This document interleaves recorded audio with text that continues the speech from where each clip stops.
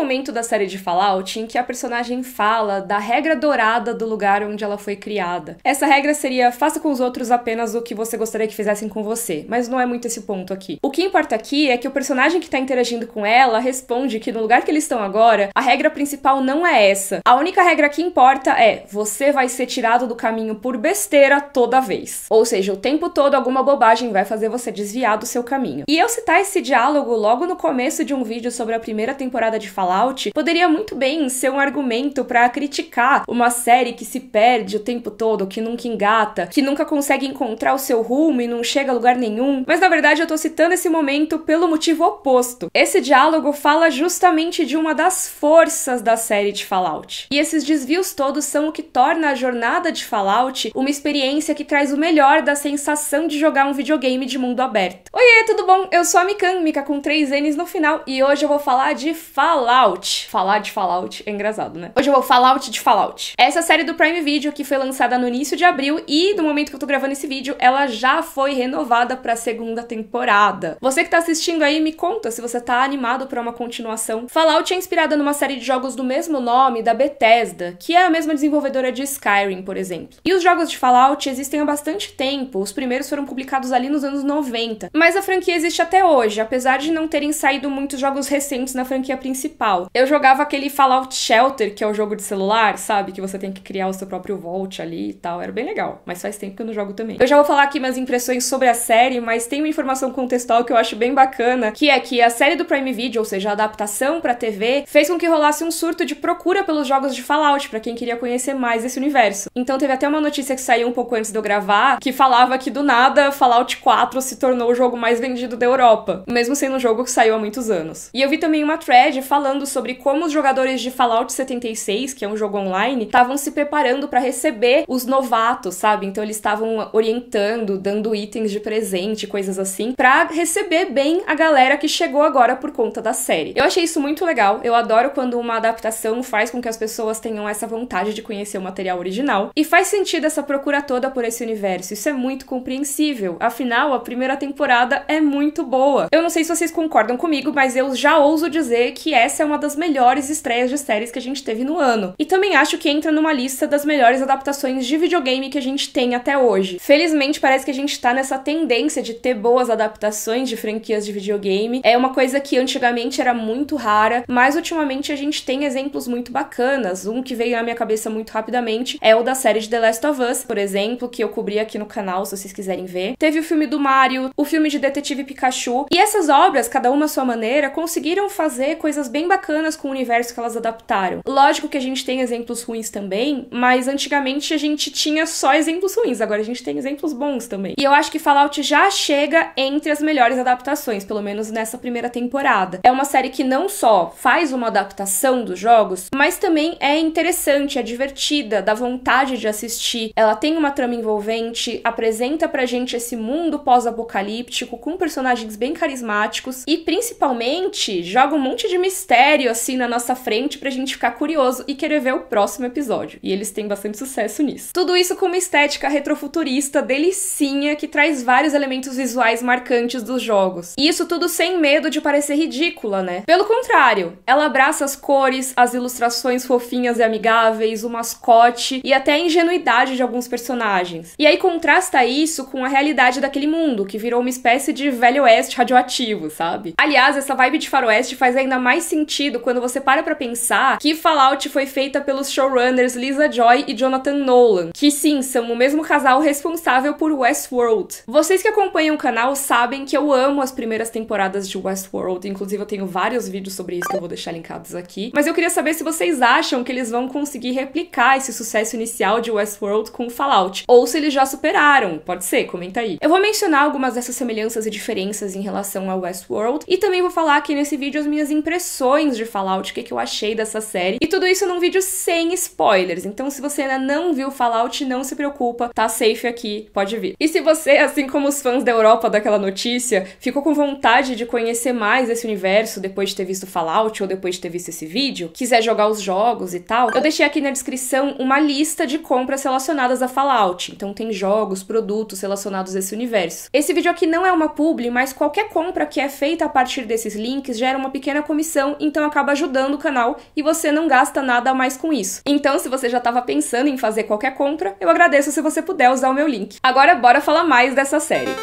Pra começar, como eu falei ali no começo do vídeo, Fallout se passa no mundo pós-apocalíptico. E o apocalipse que destruiu tudo foi um apocalipse nuclear, ou seja, bombas atômicas, radiação e tudo mais. E qual é o período que culturalmente a gente mais associa a um medo de um apocalipse nuclear? O período da Guerra Fria, né? Que tinha toda essa paranoia das bombas, tinha aquela coisa de que os Estados Unidos e a União Soviética a qualquer momento poderiam entrar em guerra nuclear e isso poderia destruir o mundo. E Fallout tem essa estética bem retrofuturista, né? Tem vários elementos que remetem aí aos anos 60, principalmente, se eu não me engano, mais aos anos 50. E até coisas que poderiam ser consideradas futuristas nessa época, que nem aquele design mais remetendo a coisas de astronautas na época da corrida espacial. Mas uma coisa interessante sobre essa estética de Fallout é que se você olhar de longe, parece então que naquela época da Guerra Fria, no nosso mundo aqui, rolou essa Terceira Guerra Mundial, rolou a Guerra Atômica, e isso começou o apocalipse. Então o mundo teria parado nos anos 50 e 60. Mas na verdade não é bem isso que aconteceu no mundo de Fallout. Eles já estão bem mais no futuro, apesar desses elementos estéticos. Tanto que se você notar, na primeira cena que mostram antes da bomba cair, tem um robô na casa. Ela parece sim uma casa ali dos anos 60 e pouco, mas tem um robô. Então você já sabe que não é necessariamente igual ao que eram os nossos anos 60. Mas isso é só a título de curiosidade, tá, pessoal? Se vocês quiserem, eu posso fazer depois um vídeo com toda essa linha do tempo. O que você precisa saber sobre a série é que rolou esse apocalipse nuclear e os Estados Unidos foram destruídos. E que antes desse apocalipse acontecer, já existia uma paranoia nuclear semelhante à que aconteceu no período da Guerra Fria. Essa é a informação relevante agora. Então, como eu falei, antes mesmo das bombas caírem, já existia todo esse medo de um conflito atômico. As pessoas estavam em pânico. Com isso, uma empresa chamada Vault-Tec começou a vender os Vaults, né, que são os refúgios, que eram tipo bunkers resistentes à radiação, com sistemas de túneis e tudo mais, para que a humanidade pudesse sobreviver a essas bombas. Aí uma galera, que era basicamente a galera que podia pagar, ou então era muito VIP e conseguia vaga de outra forma, foi morar nesses refúgios. E assim eles ficaram por várias e várias gerações, nascendo, crescendo, vivendo, se multiplicando e morrendo lá dentro mesmo. A ideia das pessoas que vivem nesses refúgios é que eles mantenham a humanidade viva, a cultura americana preservada. Tudo isso para um dia, quando a poeira baixar, ou o nível de radiação lá fora ficar mais tolerável, essa galera possa repovoar os Estados Unidos e trazer de volta a sociedade. Aí já fica o questionamento, né? Qual o recorte de sociedade que eles querem trazer, mas não vem ao caso nesse momento. Os refúgios têm todo um sistema de funcionamento específico deles, que é bastante interessante, que se você gostou de Fallout, talvez você também goste de Silo, que é uma série da Apple TV+.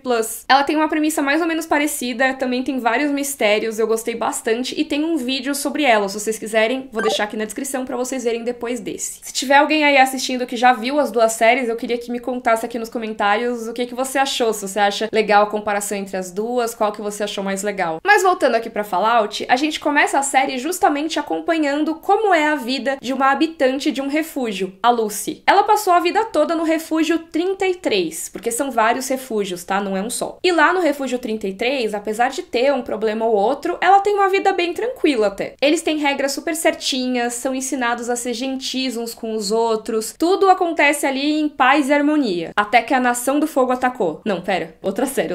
Até que rola uma treta ali, que vocês vão ter que ver a série pra saber o que aconteceu, e a Lucy precisa sair ali do refúgio 33 pra resgatar uma pessoa. Ela viveu a vida toda ali isolada, ouvindo sobre como o mundo todo estava devastado e que eles eram os responsáveis por manter a civilização viva e depois repovoar o mundo. Mas quando ela sai, ela percebe que tem gente lá fora, e muita gente na real. Enquanto a galera dos refúgios estava lá protegida, não é que todo mundo que estava do lado de fora morreu não. Muita gente morreu, tá? Mas também muita gente sobreviveu a esse apocalipse nuclear, aos trancos e barrancos e com vários problemas, é óbvio. Mas o importante é que o mundo é muito mais vasto do que a Lucy imaginou. E eu esperei até aqui pra mencionar os outros personagens principais da série, porque eles são desse mundo da superfície. Eles estão lá nas Wastelands, ou ermos, que são a superfície devastada ali fora dos refúgios. Tem o Maximus, por exemplo, que é membro de uma ordem muito doida chamada Irmandade de Aço. Eles são tipo uma ordem militar e usam umas armaduras de exoesqueleto, assim, bem grandes, que tem uma vibe bem sci-fi. Só que, ao mesmo tempo, eles funcionam como uma ordem de cavaleiros, com ordenação, escudeiros e tudo mais. É bem interessante mesmo. E o Maximus é um cara extremamente ambicioso no começo da série. A gente vê que ele tem um objetivo, tem um sonho e vai fazer tudo pra alcançar aquilo, não importam os meios. E nisso ele acaba se metendo em várias ciladas, mas eu senti que ele cresce bastante ao longo dessa temporada. Na minha opinião, ele começa a brilhar bem mais depois que ele consegue começar a estabelecer relações mais sinceras com outros personagens. Aí fica bem mais legal de ver. Você vê que ele é ambicioso, mas que ele também tem características bacanas, ele também pode ser uma pessoa legal. Ele só precisa talvez de um ambiente adequado para que essas características mais bacanas aflorem. E tem também o Necrótico, ou Ghoul, né, em inglês, que é um personagem que visualmente ele já chama muita atenção, porque ele é esse cara sem nariz, com esse rosto todo vermelho. Deu pra ver que ele foi um destaque dos trailers da série, e ele também aparece muito aí nos comentários das pessoas nas redes sociais. E na minha opinião é impossível não comparar ele com o Homem de Preto de Westworld. Existem sim algumas diferenças entre o Homem de Preto e o Necrótico, mas na minha opinião eles são extremamente parecidos em vários aspectos, não só o visual, mas também o papel que eles desempenham na temporada. Isso não é um problema pra mim, porque eu adoro o papel dos dois nas duas séries, mas ambos são personagens com essa vibe cowboy renegado, alguém que bota medo nos outros e não tem muitos escrúpulos. Ao mesmo tempo, e o que eu acho que é mais interessante aqui, alguém que sabe muito mais sobre aquele mundo e o funcionamento dele do que os personagens com que ele tá interagindo e até do que o próprio espectador. Assim como em Westworld foi muito importante conhecer a história do Homem de Preto, nessa primeira temporada de Fallout, o Necrótico foi essencial pra fazer a coisa toda funcionar. Lembrando que eu tô comparando esses dois personagens porque Westworld é dos mesmos showrunners de Fallout, tá? Você tem esses três personagens centrais. Uma que veio de um mundo diferente e tem que se habituar a esse mundo novo. Outro que já nasceu nessa realidade, mas que tem um conhecimento mais superficial de todas as conspirações. Ele não sabe todo o contexto. E um terceiro personagem que tá nesse mundo há um tempão e já sabe de muita coisa. A dinâmica deles se torna super interessante com isso. O que eu achei bem legal é que eles não estão necessariamente juntos o tempo todo. A equipe principal, vamos dizer assim, porque eu não sei se dá pra chamar exatamente de equipe, mas enfim, muda constantemente ao longo da temporada. Em geral, a gente acompanha mais a Lucy, mas os outros estão lá nas suas jornadas individuais. E eventualmente essas jornadas convergem ou divergem. A gente tem vários momentos ali ao longo da temporada de dois desses três personagens em combinações diferentes interagindo. É legal também notar quais lados da Lucy que afloram conforme ela interage com cada um deles. Porque ela é uma pessoa muito diferente do que o Maximus e o Necrótico estão acostumados. Mas cada um deles provoca uma reação bem diferente na Lucy. Cada um tem sua forma de interagir ali com ela, que é bem peculiar. E por que a Lucy é diferente do que eles estão acostumados? Como eu falei, ela tava lá no Refúgio 33 e eles ficam isolados do restante do mundo. Os habitantes de refúgio são até chamados na série de espécie em extinção pela galera da superfície, já que não é muito comum que eles saiam andando por aí. E quando eles saem, eles são supervisados. A roupa chama a atenção, os equipamentos que eles têm, eles são mais ingênuos no geral. E o mundo lá em cima virou cada um por si. É atira primeiro, pergunta depois, sabe? Oferecer um gole d'água? Pois eu vou tomar a garrafa toda de uma vez, porque não é sempre que aparece um trouxa dando água grátis, não. E dependendo se a pessoa tiver oportunidade, ela ainda vai te vender pra um traficante de órgãos. Então você imagina alguém que tava numa sociedade super fofinha, que todo mundo se ajudava e todo mundo era educado, resolvia conflitos pacificamente. Como que uma pessoa dessas chega numa sociedade assim? Toda vez que rola esse choque cultural é bastante cômico. E uma coisa que eu curti bastante da temporada é ver o quanto a Lucy vai ou não ceder a esses novos costumes dessa terra estranha que ela tá conhecendo. O quanto que ela vai manter da essência dela ou não, e o que vai mudar na forma como ela enxerga a vida ali no Refúgio 33. Aliás, falando no Refúgio 33, eu gosto bastante que a série tem uma trama paralela que se passa lá dentro. Então, por mais que a Lucy tenha saído e vá ser esse personagem que vai mostrar o mundo ali dos ermos pra gente, a série continua mostrando o que aconteceu ali depois que ela saiu. Tem essa trama paralela do Norm, o irmão da Lucy, investigando algumas coisas estranhas que ele notou ali no Refúgio 33. E eu vou confessar pra vocês que, assim, por mais que eu tenha gostado muito de ver as aventuras da Lucy na superfície, ou melhor, as desventuras dela na superfície, eu sempre ficava bastante empolgada pra ver a parte do Norm. Eu queria muito saber o que ele ia descobrir ali. Eu adoro essas histórias que têm elementos de mistério, por isso que eu falei bastante aqui de Silo, e pra mim esse é um dos momentos da série que mais trazem essa vibe. Então eu ficava ali louca pra que voltasse logo ali pro Norm também, pra ver os desenvolvimentos dessa parte. E nessa primeira temporada, a gente também acompanha uma terceira trama principal, que é no passado. O que é que rolou antes das bombas caírem? Como que era o mundo antes disso? Para isso, a gente acompanha a história de um ator de Hollywood que fazia propagandas pra Vault-Tec, aquela empresa que eu mencionei que construiu os refúgios, que vendeu pra galera poder sobreviver ali às bombas. Aliás, aquele menino loirinho que a gente vê nos jogos de Fallout e também em vários lugares na série é o Vault Boy, que é o mascote dessa empresa, Vault-Tec. Ele sempre tá fazendo esse joinha assim, mas quem viu a série sabe que esse polegar pra cima também tem um significado oculto. E esse significado é isso mesmo, o like que você vai deixar se você estiver gostando desse vídeo até aqui. Mas realmente tem mais significados nesse joinha. E falando sério agora, eu gostei muito dessa mistura aí de passado e presente, essa coisa de montar um quebra-cabeça com a história, que é algo que os showrunners de Westworld gostam bastante, né? Mas voltando pra Fallout, a série faz os personagens percorrerem bastante esse mundo devastado. Eles três têm objetivos bem diferentes, mas meio que esses objetivos passam por um mesmo objeto. Para eles conseguirem realizar esses objetivos, eles precisam basicamente encontrar uma coisa e levar essa coisa para determinado lugar. Por isso eles estão sempre em movimento. Eles chegam em um lugar, exploram aquele lugar ou interagem com os personagens que estão ali. Muitas vezes enfrentam inimigos e conseguem alguma coisa que vai direcionar eles para um outro lugar. Isso traz uma sensação bem parecida com a de um jogo de videogame de mundo aberto, que é também parte da vibe dos jogos de Fallout. E assim, eu já falei isso por cima, mas eu não sou especialista nos jogos de Fallout, tá? Eu gosto muito do universo dos jogos, eu gosto da estética, sei um pouco da história, mas eu não sou jogadora da franquia principal. Então, se você que estiver assistindo for fã dos jogos e puder comentar sobre essa parte específica aqui, eu agradeço muito, porque eu acho que você vai trazer informações a mais do que eu trouxe aqui. Mas se você que tá assistindo não for do mundo dos games, não tem problema, porque eu vou explicar certinho o que eu quero dizer. Eu acho que é importante mencionar, pra quem não conhece muito, que Fallout é uma série de jogos de RPG de ação com mundo aberto. O que é mundo aberto? Muito basicamente, tá? Mas mundo aberto é um formato de jogo de videogame em que o jogador pode se mover pelo mapa mais livremente. Eu sei que pode parecer meio óbvio falar isso, mas tem muitos jogos que não permitem que você ande pelo mapa livremente. Você vai passando por uma sala após a outra, enfrentando as coisas exatamente na ordem que o jogo te propõe. Num jogo de mundo aberto, isso é diferente. Quem tá jogando pode escolher mais livremente que ordem que vai visitar cada lugar daquele mundo, quais missões que vai pegar, em que ordem que vai fazer essas missões. Tudo isso enquanto para explorar o que encontra por ali. E normalmente esse mapa dos jogos é relativamente grande e é recheado de missões, recheado de coisas pra fazer. Muitas vezes você consegue escolher a história do seu personagem de um jeito até que você nem precisa fazer tudo. Você pode deixar muitas missões de lado e vai só no que te interessa. Alguns deles têm missões principais, essenciais pra história, mas muitas vezes você não passa por várias outras enquanto você zera esse jogo. E uma coisa que é muito comum nesses jogos de mundo aberto é que você se perca neles. Por mais que vários deles tenham um mapa pra você consultar, não é se perder nesse sentido, mas sim que você tá indo pra um lugar com um objetivo determinado e no caminho você passa por um prédio que parece interessante, você tem vontade de investigar e aí você manda o seu personagem lá e acaba caindo em uma outra missão, em algum conflito com inimigos ou então algum mistério pra você investigar. Aí você investigou esse prédio que chamou a sua atenção,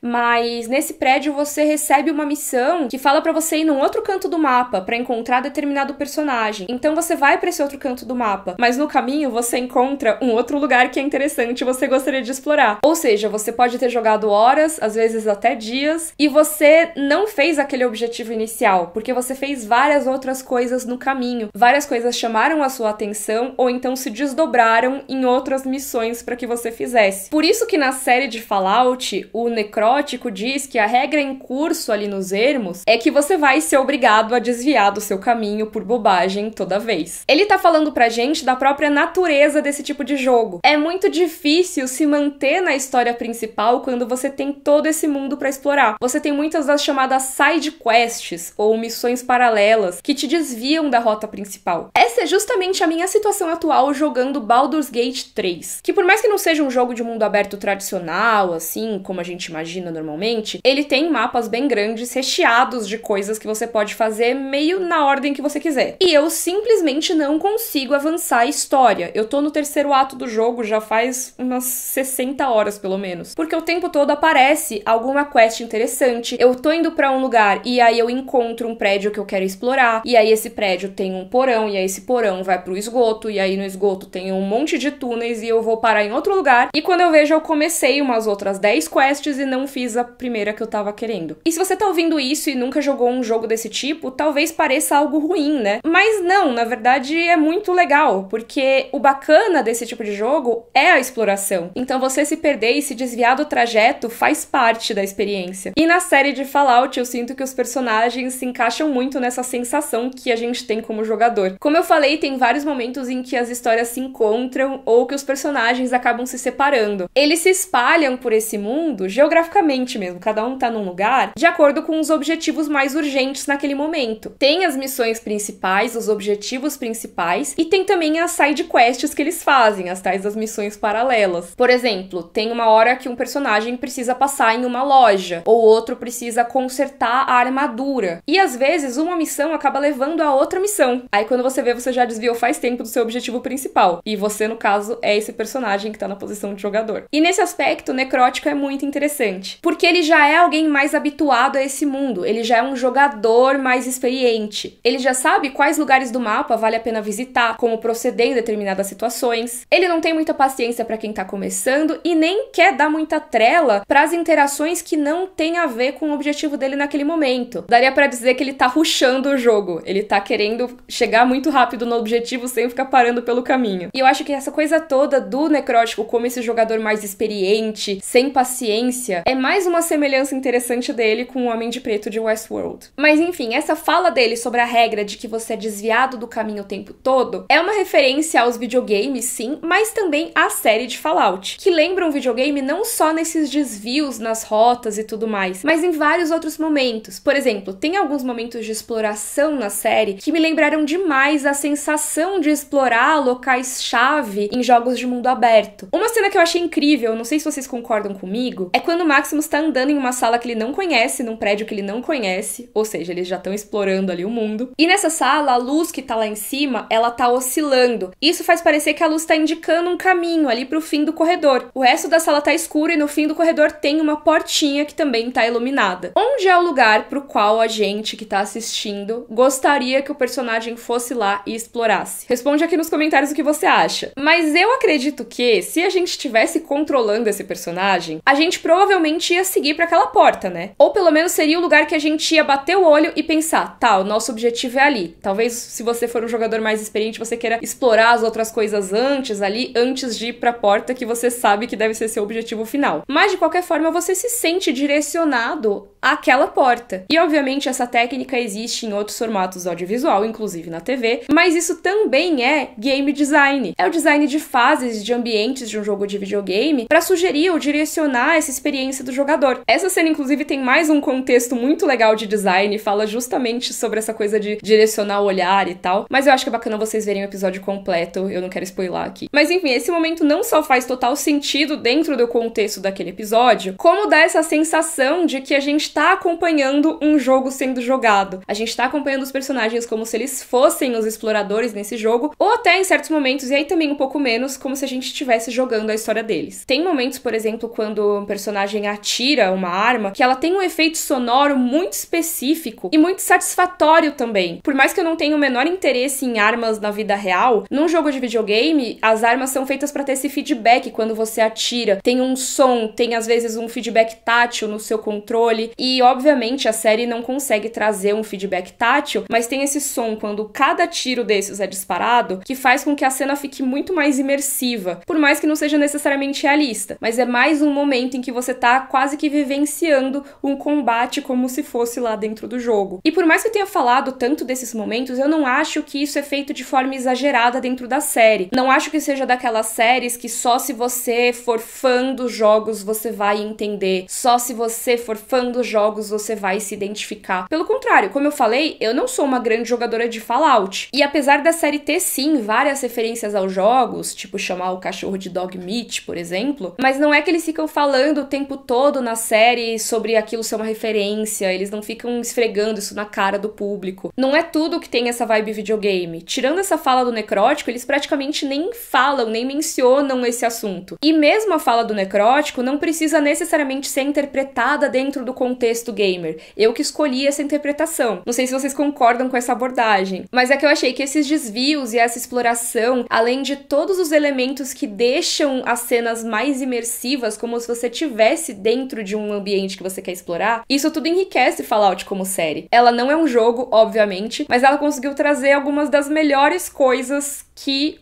um videogame pode trazer. Além disso, a série mostrou esse mundo com muitos detalhes, mas também deixou esse gostinho de quero mais. Tem bastante coisa pra gente conhecer nas futuras temporadas. Que bom que já confirmaram a segunda, né? Uma coisa que eu particularmente não gostei muito foi o fato de terem liberado a temporada inteira de uma vez só. Eu sei que muita gente gosta de maratonar, e eu também gosto de maratonar a série, não vou mentir. Se tá disponível, eu vou assistir de uma vez. Mas, ao mesmo tempo, eu acho que essa é uma série que seria muito gostosinha da gente falar semana a semana. Não tô só puxando a sardinha pro meu lado como criadora de conteúdo, tá? Até porque eu nem sei se eu ia conseguir fazer uma cobertura semanal da série. Eu tava cobrindo Shogun agora. Então eu não sei se eu dava conta de fazer esses vídeos semanais. Mas eu sinto que, como é uma série cheia de mistérios e revelações, é muito legal essa sensação de você tá no mesmo episódio que as outras pessoas ao seu redor. E aí você tem esse período entre um episódio e outro em que você consegue discutir, você consegue especular. Quando uma série sai toda de uma vez, você não necessariamente vai ter 8 horas livres pra assistir tudo de uma tacada só no lançamento. Então, às vezes, você quer conversar sobre uma coisa que aconteceu no episódio 4 e te surpreendeu, e seu amigo ainda tá no episódio 1. Ou então você acabou de começar a série e quer conversar sobre uma coisa que você acha que vai acontecer com seu amigo, e ele já, não, já vi tudo, não é isso que acontece, não. O assunto meio que morre. Você não dá essa chance das pessoas estarem com um assunto em comum pra conversar. Eu sei que nem todo mundo acompanha a série quando ela tá saindo semanalmente, tem gente que espera assistir tudo e tal, mas eu tenho certeza que Fallout é o tipo de série que geraria assunto semanalmente e seria muito bacana você ter amigos ali acompanhando a mesma coisa que você. Eu sinto um pouco de falta disso. Não sei o que vocês acham, mas eu tô torcendo pra que na segunda temporada eles lancem um episódio por semana, ou pelo menos aquele esquema de ser 2 ou 3 episódios por vez. E eu fiquei muito empolgada sobre esse universo, quero ler mais sobre ele, jogar os jogos, e se vocês quiserem fazer mais vídeos sobre todos esses mistérios que rolam na série, todo o funcionamento desse mundo. Quem quiser, deixa aí os temas que vocês querem que eu cubra nos comentários. E se você quiser conhecer mais histórias da humanidade sobrevivendo em um bunker no mundo pós-apocalíptico, é só ver o meu vídeo de Silo linkado aqui na descrição. Um beijo e até a próxima. Tchau, tchau!